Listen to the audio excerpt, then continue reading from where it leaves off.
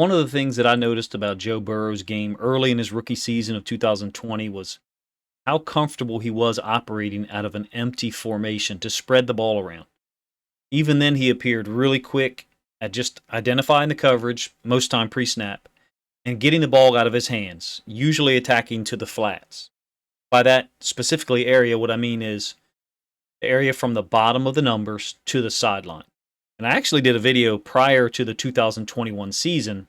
It was titled 25 Throws from Joe Burrow, and I chronicled his usage of the empty formation and how able he was to pick out the flat defender and then read him and deliver the ball depending on what that player did. Some cases it was the hook curl defender as well. In the process of making that video, I also found film of Burrow from LSU, dating back to 2019, and I quickly realized he showed a similar usage of empty formations even back then.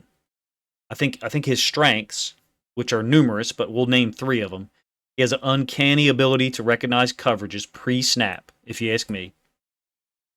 He also has a sneaky quick delivery, a really strong arm, and they're utilized extremely well in empty. I'm going to let some plays run while I continue talking. In most of these situations, Jamar Chase is going to be spot shadowed with a circle around him and the trip side of the empty formation, because most empty formations are 3x2.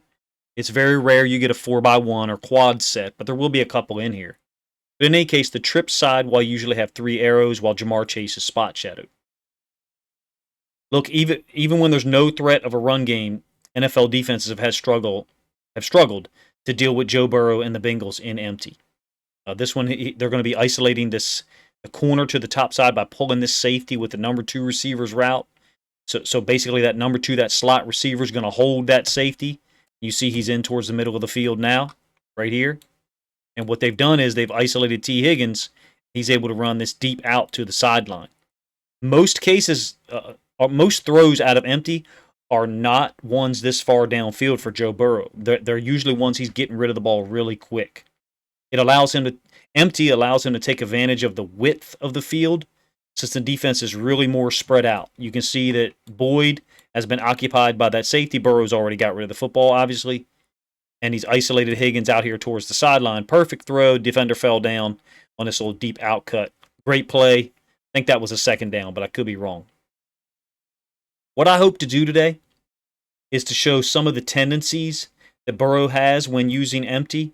And look, these tendencies were there in 2020 before Jamar Chase's arrival, okay? And as I mentioned, they used empty a lot at LSU in 2019. This is going to be like a little slip screen to Chase down here to the boundary.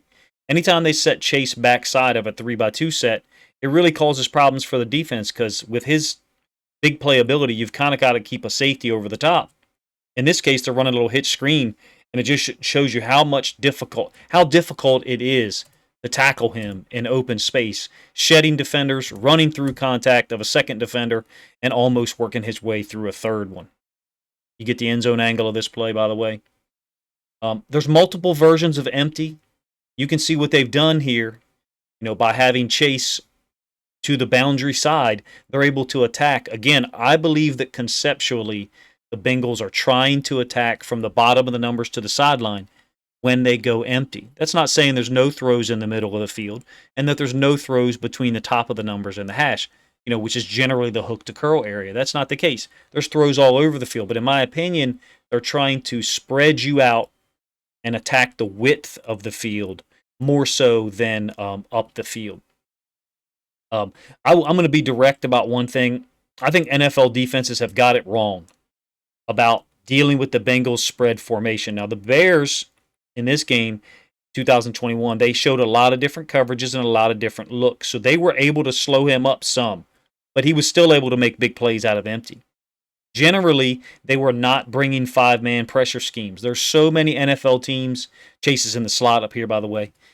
There's so many NFL teams that are bringing these 5-man pressures against them.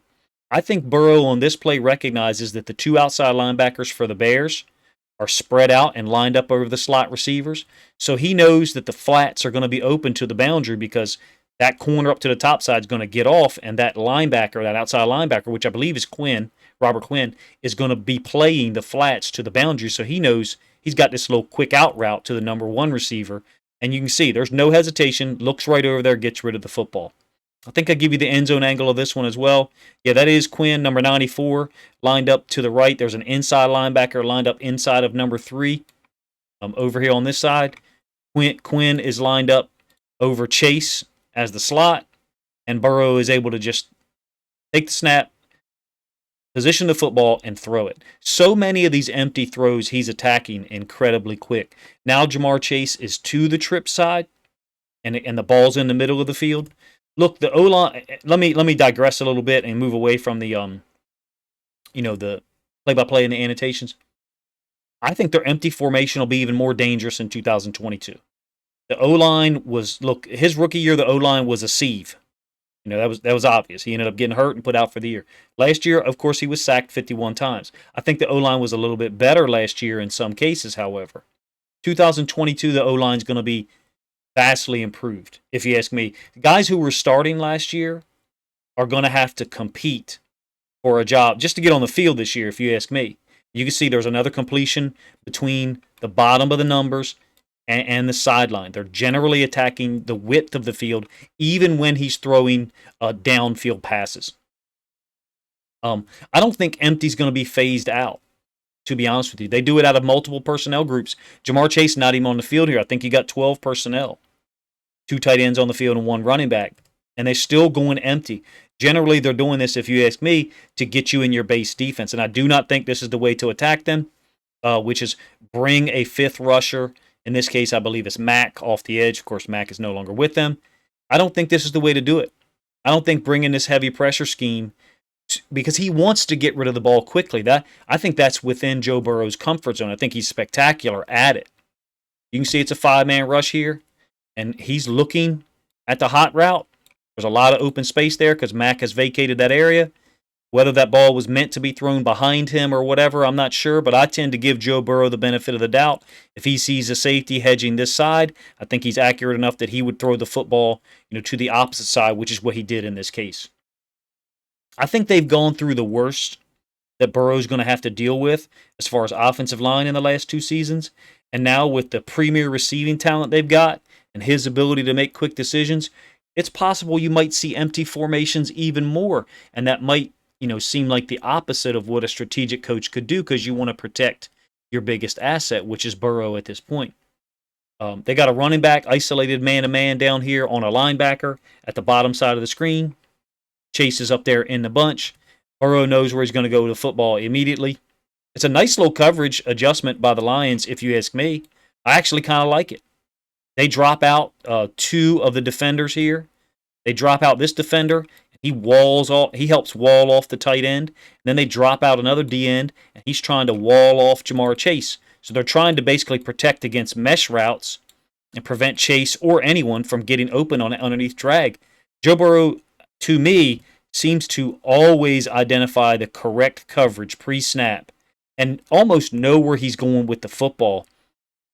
Clearly, on regular passing concepts, 5-step, 7-step drop stuff, he's able to drop back there, go through a progression, and deliver the football. I'm not saying that he can't do that. What I am saying is in empty, I think his recognition of the coverage pre-snap is so good that he's generally able to know where he's going to go with the football.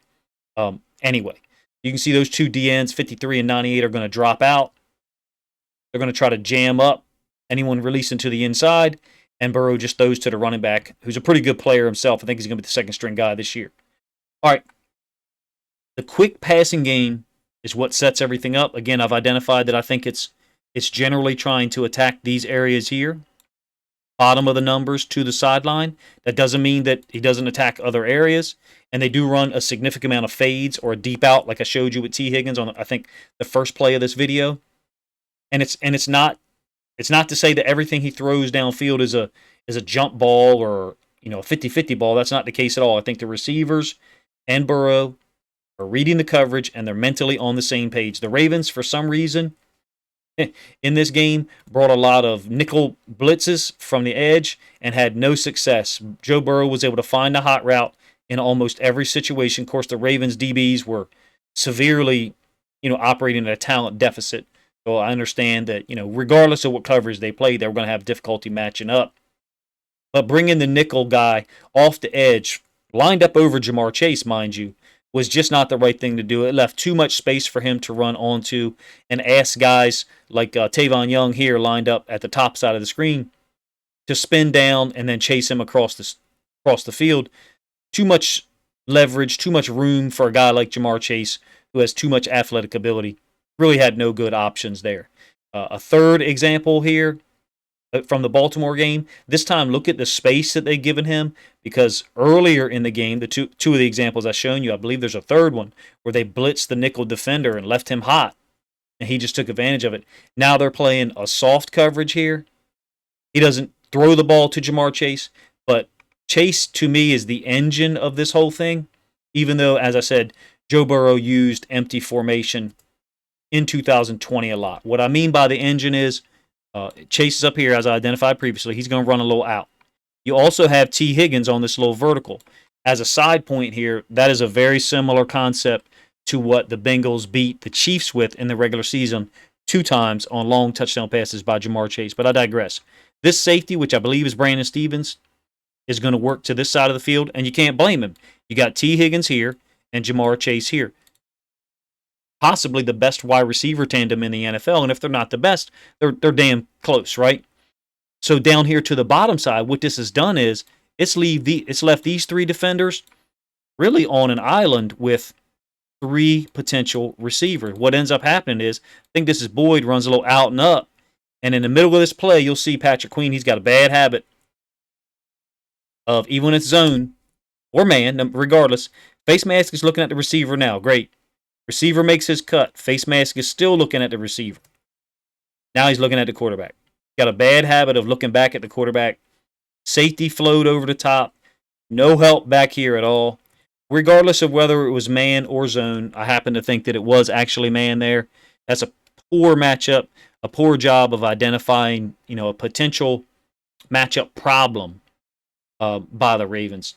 And one of the things I want to mention, and we'll get away from plays against the Ravens here soon, is I have said once earlier on, I believe the receivers and Burrow are reading the coverage. And Burrow is throwing the ball to I'll save that point for later. He's finding the open man based upon a read. In my opinion, I think he's reading the inside backer here. He knows inside backer is not in position to defend this little slant or in route. Chase is running the whip route or China out, whatever you want to call it. T. Higgins is delaying his route until he gets on the top of this defender on the backside and then breaking it to the inside. And when you get the end zone angle, you'll see Burrow looking right at this inside linebacker. I think he's great at knowing what pressure scheme is coming. Because like this play call here, if we had brought, if the Ravens had brought a nickel safety blitz, it's possible he wouldn't have had time to make this read. I believe that his film study must be impeccable, or someone on the staff must be, and then him and them must be able to get on the same page about how to read the coverage, how to understand what each team is doing, because it's different each week in terms of alignments. He's identified that inside linebacker 58. You can check it out again for yourself. He's looked right at him to determine what that inside linebacker is doing. That guy's looking to the opposite side of the field. I'm not sure why, because you got Jamar Chase and T. Higgins on the backside. Beautiful ball, beautiful catch, if you ask me. I just think that those guys, when they're on the backside, Chase and Higgins, it makes this empty formation almost impossible to defend. In this case, Chase is down here to the bottom side, to the trip side, and they're going to run just a little screen where Chase and the number 1 receiver are going to go stalk block the corner and the safety. It's really one of those things where you cannot do this, which is what the Ravens love to do under Wink Martindale. You cannot line up 6 or 7 guys in tight to the formation. I will show you the end zone angle of this in a moment. But you can't do this. There's too much space between, let's draw a line at the heels of this defender, which I believe is Tyus Bowser. There's too much space from there to the sideline. There's too much space in that box. They're able to get a third person in that box with this guy running the little shoot route or little screen. Ravens they're Their third defender is Bowser. He's recovering. So, like, I mean, the edge is here. It's essentially a toss play, is all it is. It's essentially a toss play, except the ball is being tossed or thrown a pretty long distance, a whole lot longer than a typical toss play would be, would be moving in the air. There, you get a great view of it there. The Ravens have 6 defenders lined up in that box, and then a 7th one's going to enter the screen, just Chuck Clark, because he's blitzing off the edge. That's that same nickel blitz. They did that at least 4 or 5 times, and I thought got burnt on almost every single occasion. One thing I want to point out as I get to the end of this video, and I'm going to digress here a little bit, to be honest with you. I have tried to mature and enjoy techniques, plays, execution of every team. That's something that took me a long time to get to. I'm a Ravens fan, so there would be a lot of people who would presume, hey, this guy's not going to have good things to say about the Bengals and Joe Burrow. That's absolutely not the case. I recognize talent and recognize high-level execution, and have gotten to the point in my life where I can appreciate it. I spent probably a decade hating the Patriots, the Patriot way, Tom Brady, hating them, like a lot of people. I was a Ravens fan, and we gave them, and look, we gave them fits from like 2007 to 2014. I think we'd gone up there twice and won 2 playoff games in Foxborough. So we had a lot of success against the Patriots. But still, I hated them. I can only imagine how fans of other teams felt who had no success against the Patriots at all. We beat them twice up there in the playoffs, and should have beat them a 3rd time in 2014 when they made it to the Super Bowl. I'm serious. If you struggle with appreciating the game, appreciating techniques and adjustments and skill involved, you just need to grow. You do. You need to grow, because there's things to recognize from every team that you can appreciate, that I can appreciate. I'm serious. If you struggle with it, it's okay. We all did at one time, but try to graduate to the point where you can appreciate any team's accomplishments or techniques that they use to win a game, score a touchdown, or even get a first down. I've actually enjoyed the Super Bowl a lot when the Ravens haven't been in it, so it's been a long time, right? The first one that I actively said I'm not going to root for either team was the Eagles and Patriots Super Bowl that was won by Nick Foles and them. Great Super Bowl. I did want the Eagles to win, but I made the decision to remain neutral and just enjoy the game. And that mentality has helped me as I've begun to try to break and do film breakdowns on YouTube. And I hope that comes through on your end as the viewer, no matter what team you're a fan of, to be real. I hope you enjoy the video, whether you wear purple, orange, or blue, or red on Sundays, because Burrow and the Bengals have enough talent to make another Super Bowl run. But we know that the AFC is going to be a real gauntlet this year. All right, last set of plays. A couple of things that are different to mention here. They're empty formation. Sometimes the running back will be in the backfield, but he'll be what I call an up back or a sniffer, meaning he'll be lined up in front of the quarterback. Clearly, it's not a running play, so it's still technically empty because it's a pass play. This is another element to their empty attack, whereby they will throw the ball downfield on a 3-step drop. You're normally not throwing the ball downfield on a 3-step drop, and Burrow just reads the coverage and gets the ball out to a guy who he knows and trusts to make plays. He didn't have Jamar Chase in 2020. I think Chase and him are on the same page mentally about reading the coverage of the DB as the play develops. And I'm going to compare it to like a doorway. Jamar Chase knows there's a door in terms of a target area by Burrow. And me, Jamar Chase, I got to be ready to catch that ball anywhere in that doorway. But as Burrow's reading it, Burrow's not aiming for the door. I think Burrow's aiming for like the door handle. He's aiming for a specific spot that as he reads the coverage, he knows is going to give Jamar Chase the best opportunity to catch the football. There's the up back that I'm talking about. Usually he's involved in the pass pro. In this case, he picks up a blitzing inside linebacker or strong safety, number 42. And you can see Burrow just drops back, gets rid of the ball quick. There's really no zip on the ball, but that's intentional.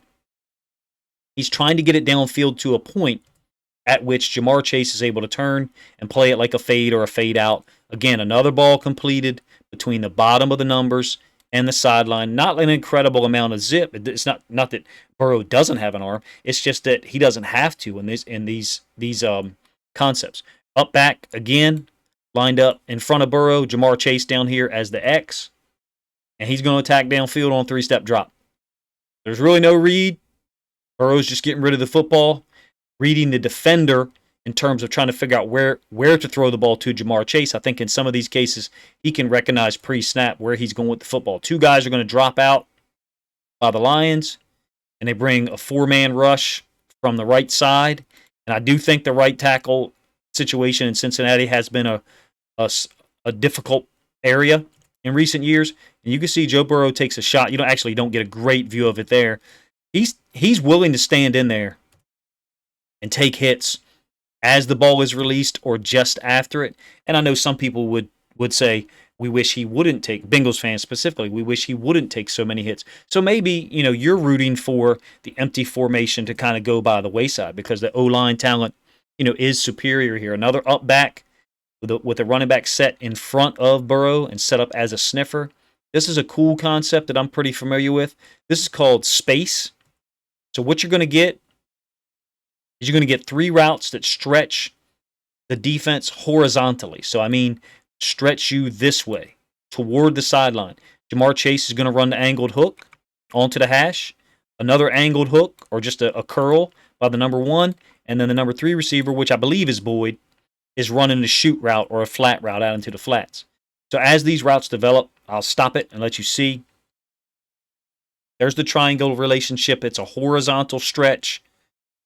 They're not trying to work the ball downfield on this concept. We called it space. Other people have different names for it, but it is your classic triangle read that you would typically get on a 3-step drop situation. End zone angle. Burrow takes another shot here.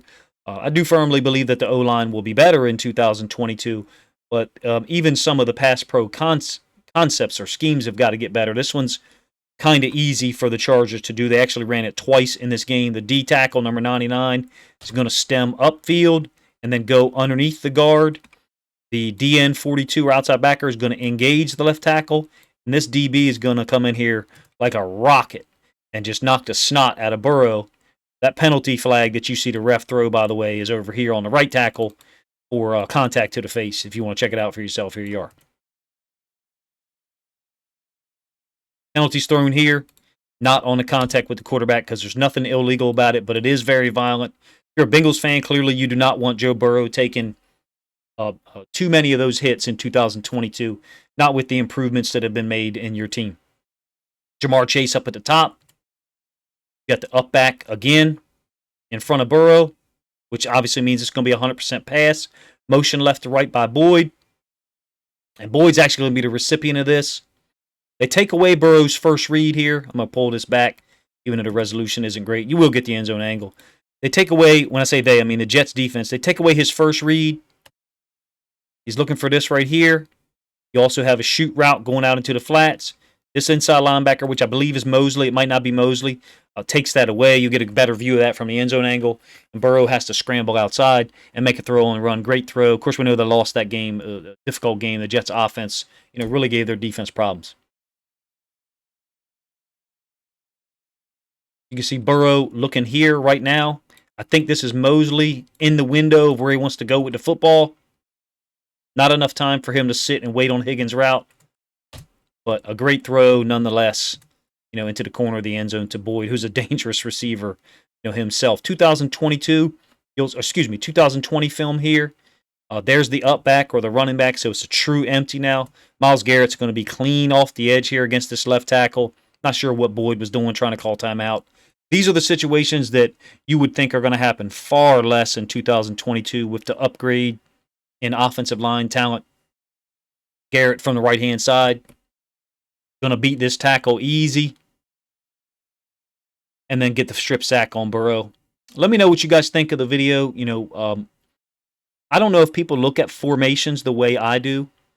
I tend to look at formations the same way as personnel. I think they're equally important. But I know other people don't talk about formations at all.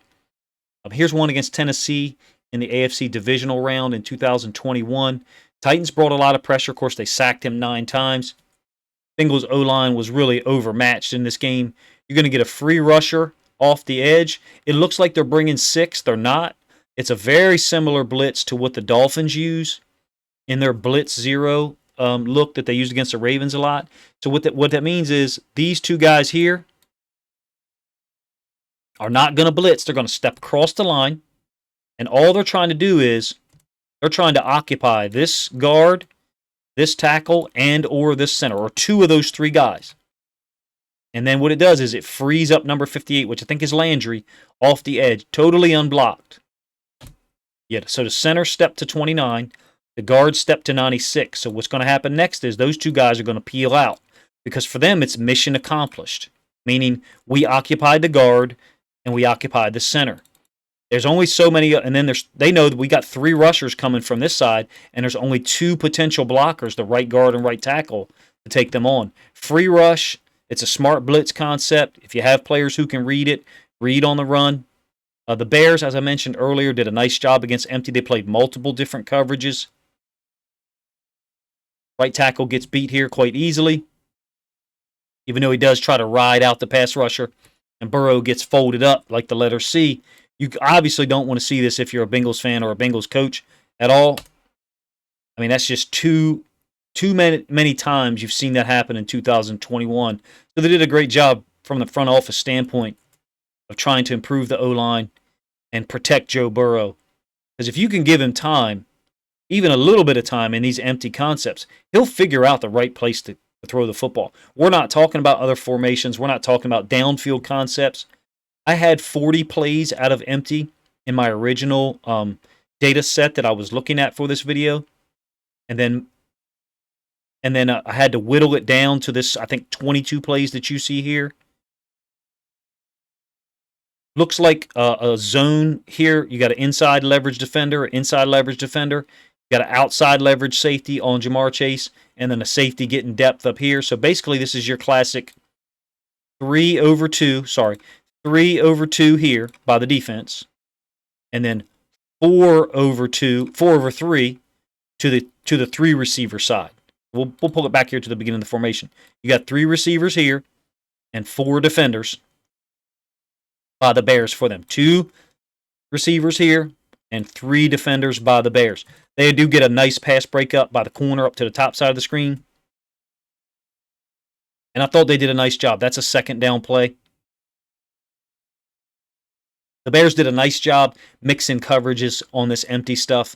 They were not abused like a lot of other teams were, especially the Ravens. You can see that he has time to throw the football. I think Burrow's coached in empty to get rid of the football quick. I think they're trying to spread you, and I've said that multiple times in this video. They're trying to spread you and attack the width of the field. Because you can see here, he has more time to go through, another step in the progression. Am I saying that Joe Burrow gets rid of the ball too quick? No, not at all. I'm saying in this formation, I think in his mind, he's thinking about getting rid of the football quick because that's what they want him to do. In this case, maybe he could have gone through another part of the progression. Jamar Chase down here on the backside. Now, this is interesting. This is a quad set. You got a tight end right here, a receiver, I think a running back, a receiver, and then a running back. So you've got a 4-by-1, all right? And Jamar Chase down here on the backside occupies 3 defenders. No, that does not mean they're triple teaming him.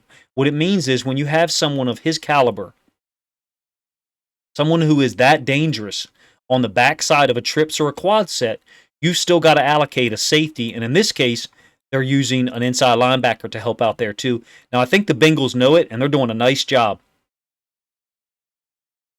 The inside slot is going to run a little hook in between the hashes. Jamar Chase is running a little in-breaking route. Yes, they would run on top of each other if the play developed. Burrow gets rid of the ball quick. I think he's reading this inside linebacker right now, trying to decide whether to throw it there or throw it there.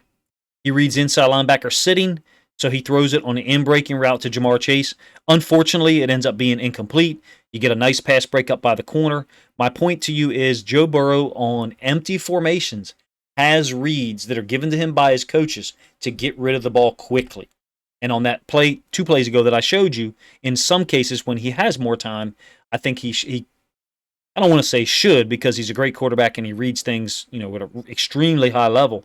I think the possibility exists because he's being told to get rid of the ball quickly that he doesn't let certain things develop out of empty. This is a weird drop that Jamar Chase had in that Jets game. The ball was tipped. So, I mean, yes, it is a drop, but the ball was tipped at the line and comes at him spinning sideways. It's a nice concept, though. The running back is releasing outside of this nickel defender. So he's actually clearing an open path for Jamar Chase, because if the corner's reading what he should read, he should be getting off to get some depth to help out with this possible vertical route by the number 2 receiver. He does. Jamar Chase is wide open. Just happens to drop it on that one, but there was, seemed like 200 balls he caught last year. He certainly didn't catch 200 balls. I think this one's tipped by the DN right there. The video resolution isn't great. You do see the leverage side of the running back, which is Joe Mixon, a really smart, talented player. He's running outside of the nickel defender to make it impossible for him to help out with Jamar Chase. In any case, look, let me know what you guys thought of this video. This is what I think. It's not Joe Burrow's most dangerous weapon. Clearly, his most dangerous weapon, from a personnel standpoint, is Jamar Chase. That's obvious. Big play guy. As I showed you, one of the last plays, teams got to allocate a safety to him, even when he's the only receiver lined up to one side of the formation. You saw a 4-by-1 set, and the Chargers still had a safety backside and an inside linebacker on that side who could help out with an in-breaking route. So NFL teams recognize the talent that's there. He is their greatest weapon personnel-wise, with a nod to T. Higgins, who had a great year as well. However, I think from a personal standpoint, Joe Burrow is really comfortable in empty. Going back to the film of LSU in 2019, his rookie year with the Bengals in 2020, last year, which is most of the film that I have shown you. There was a couple of plays from the Super Bowl that I couldn't show because it had already been used by NFL film breakdown personnel, so it would get my video, demonetized. If you appreciate this video, if you liked it, no matter who you're a fan of, let me know in the comment section, please. I have 2 other potential videos for this offseason on quarterbacks and when they are most comfortable based upon what they do well, how strong their arm is, and how quickly they're able to identify certain coverages. I think Burrow must do a great job during the week of studying opposing teams' film and recognizing what coverages they play against empty, and then being able to sift out or determine that pre-snap and know, okay, the outside linebackers apex, like I showed you with the Bears, Quinn and Mack were lined up over the slot receivers. I know those guys aren't going to be able to get out to the flats quick enough. Let me go ahead and throw this 5-yard out to T. Higgins. Or, I see the outside linebacker creeping inside the slot. I know he's blitzing. I probably got a hot route here to Jamar Chase, which I showed you 3 or 4 examples of. This is a fun one for me to do. It took me about a week to produce. So, again, if you liked it, please let me know in the comment section. If you think I can improve the presentation of it or quality, let me know, because I'd like for my videos to, continue to improve quality-wise and to keep people watching longer. Let me know what you think of the video in the comment section, and if you have not subscribed to my YouTube channel and you enjoy my content, please do so now.